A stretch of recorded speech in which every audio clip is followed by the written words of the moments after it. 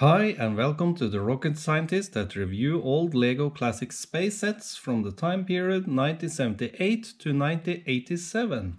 Today we will review the LEGO set 926 Space Command Center, which was released in 1979.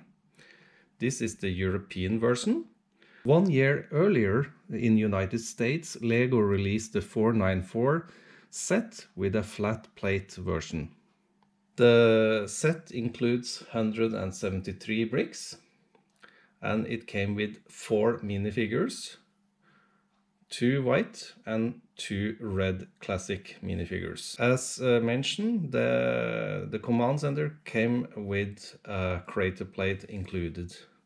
And here you see the rear side of the command center with the interior. And if I turn it around, you will see the front side with the vehicles that also was included in the set. Let's have a look on the design. You can move the rowers away first.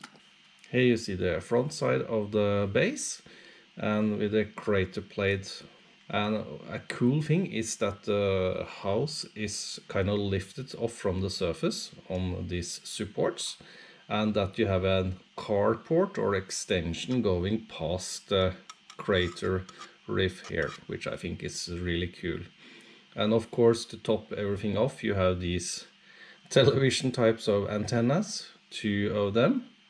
See, this is a little broken. You have a antenna here which you can swivel around and you can change the pitch of the antenna. Really nice. I see a side view of it, and I can rotate to the back side. You also have a smaller antenna parabola with a nice trans green cylinder in the center there, and this can also pitch and change the azimuth direction. But there we have it. So at the rear side you have the main house compartment, and you have a staircase here, so astronaut can walk in and out easily into the base. And you have 2 really cool looking chairs with a transparent window piece here, which was often used on early LEGO trucks. Here they are used as a seating. Really cool. And you can of course swivel around, and you can also hang the cylinders on the chair. And here you see a astronaut relaxing in his chair. Let me now remove the figures. Here you have a really nice interior. You have the control consoles here, and you have also screens in the roof, which is really cool. Large window here in trans yellow color. Nice color contrast to the blue, as mentioned many times earlier in other reviews. Look at this. This is a printed screen, as all these are. They are printed. But here you see a person floating in space with a wrench. He's reaching out for a satellite there and going to repair that. And you see a moon in the background there, and you have some information on top there, some letters and numbers.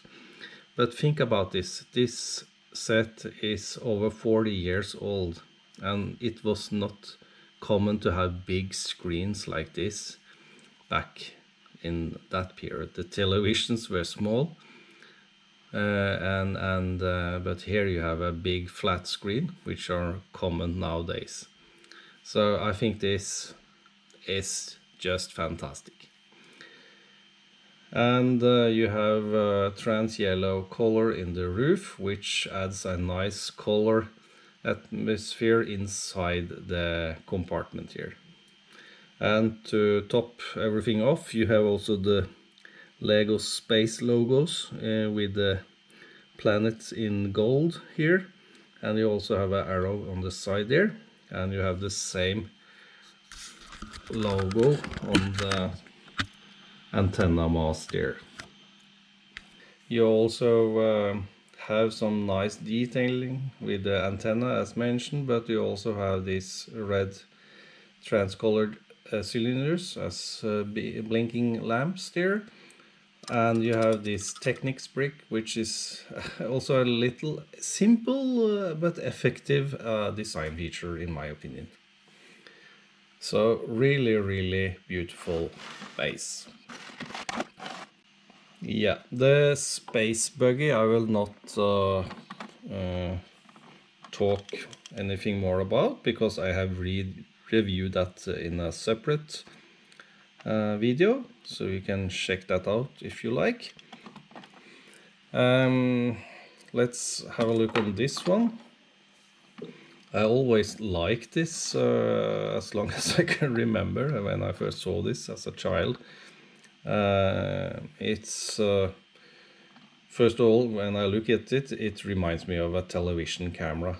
And you see you have a screen here, control screen here, with some knobs, really nice. But it of course could be also some sort of a sensor or detector of some sort. As I say many times, it's up to you. Since this is kind of unique for the set, I have also some details for it.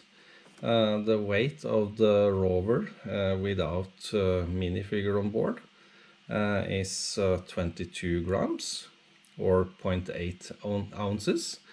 The length of the rover, if we align the camera like this, measure from here to there, I measured that to be 85 millimeters. And the height was measured to be 50 millimeters up to here, and the width would be 32 millimeters. So there you have some details on that little vehicle. And in respect to design, this is a score of 6 from my side. I think it's just perfect. Playability. Here I will also give it a full score of 6. It's kind of obvious. You have a base, you have 2 vehicles including, you have antennas of different sorts, you have a crater plate, and you have an interior here, futuristic, with a big screen and controls. Yeah, easy. Full score of 6. Nostalgic Force. I never owned this set myself, but I remember the first time I saw it in the catalogs, I really dreamt about having this one. It's a full score from my side here, 6 of 6. So all in all, 18 of 18 in toy score. Let's talk briefly about rocket in design engineering.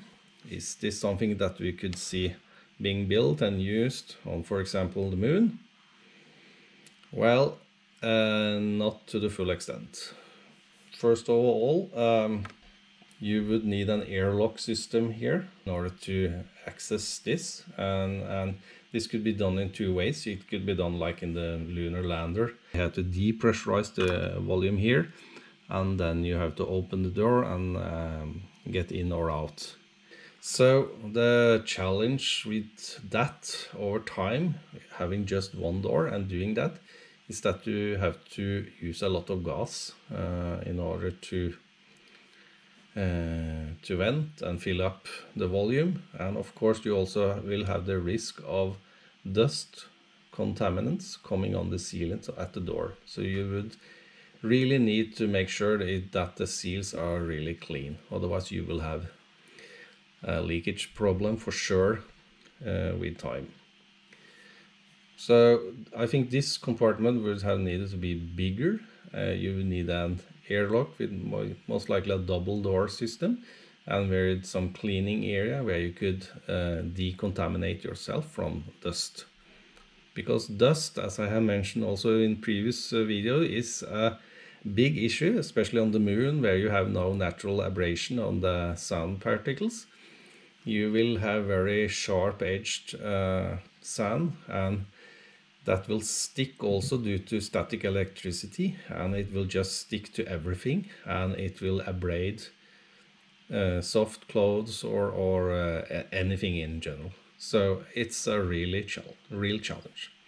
Of course, you will need more than just fancy computer screens and consoles. You would need also area for resting, toilet visits, eating, sleeping, that sort of thing. So of course this could be just one part of a base, but yeah, just to function as a command center like this, no, I don't think so.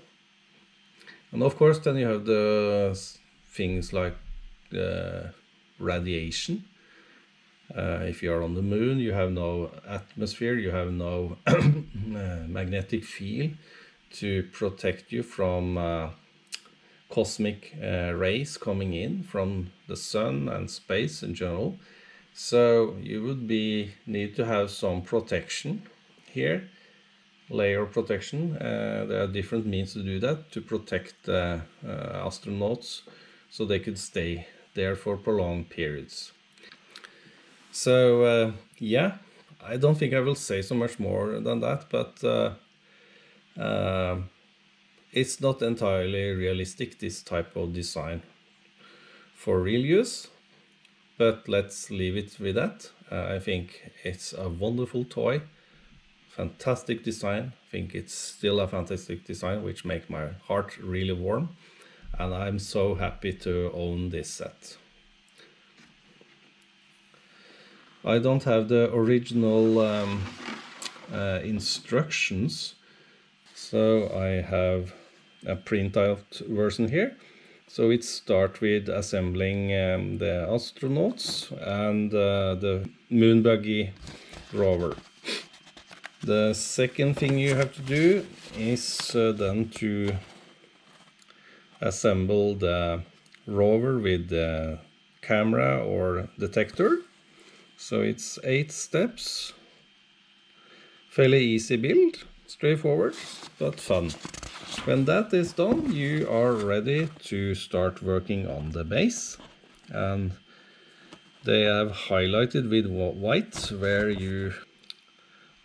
the first supports are going to be sitting. So here you have to start counting the studs.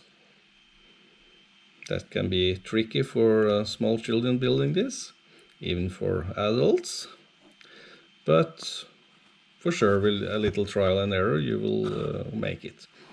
So then you place the leg supports and start working on the staircase, and there are 4 steps on the first page there with the floor assembled there.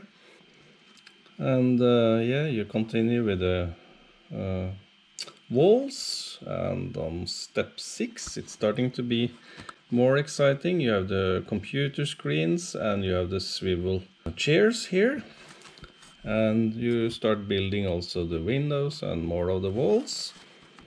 And on step 8 you have come higher up on the walls. Then on step 9 you also start working on the carport, as I call it. So you have a support wall on the side there, which you build up here. And you continue on the house there, and you also include a hinge on the top of the roof here over the carport.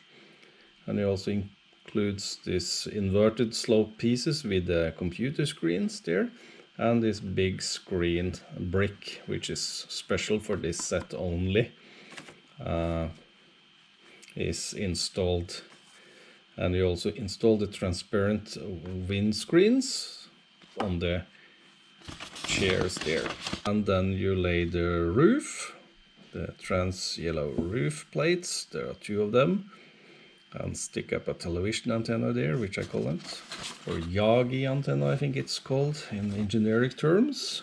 And you start building the mast support and main antenna.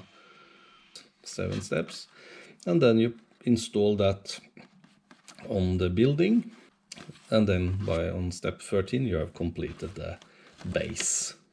So that's all.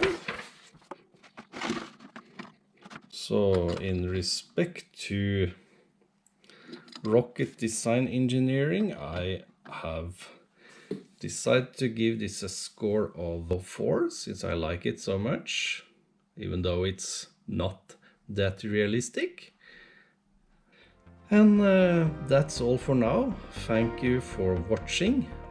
If you have any comments, please do not hesitate to provide them.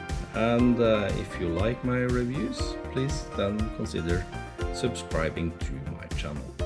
Thank you for now, and bye.